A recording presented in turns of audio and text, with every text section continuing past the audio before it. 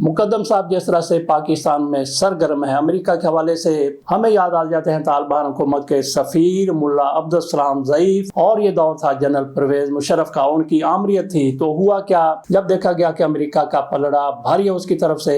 अफगानिस्तान पर हमले पे हमला हो रहा है, उसको तय करने की कोशिश की जा रही है और उसमें कामयाबी भी हो रही, और फिर ये भी हो गया कि तालिबान वहां से तितर बितर हो गए। आपने उन्होंने ऐवान खाली कर दिए, आपने उन्होंने महल्ला खाली कर, महल्ला तो खैर उनके कभी रहे नहीं है, भारत जो भी उनके इक़्तिदार के ऐवान थे उनको उन्होंने खाली कर दिया और वो पहाड़ों पर चले गए। और इधर पाकिस्तान में ये हुआ कि मुल्ला अब्दुल सलाम ज़ईफ पाकिस्तान में वो अफगानिस्तान के सफीर थे, अमेरिका की तरफ से मुतालबा किया गया कि हमारे हवाले कर दिया जाए। तो पाकिस्तान ने कहा, जनरल परवेज मुशर्रफ की हुकूमत थी, तो पाकिस्तान की तरफ से कहा गया कि ये कैसे हो सकता है, हम एक आज़ाद और खुद मुख्तार मुल्क है, हम कैसे एक मुल्क के सफीर को आपके हवाले कर दे, सवाल ही पैदा नहीं होता। तो नाज़रीन आप भी थोड़ा सा जज्बाती हो गए होंगे कि परवेज मुशर्रफ की तरफ से ऐसा मौक़िफ़ इख्तियार किया गया, और उसके साथ ही हमारी हुकूमत की तरफ से ये किया गया कि मुल्ला अब्दुल सलाम ज़ईफ को गाड़ी पर बिठाया गया, उनको पाकिस्तान और अफगानिस्तान की सरहद पर लाया गया, पाकिस्तान की तरफ से उन्हें थोड़ा सा पुश किया गया,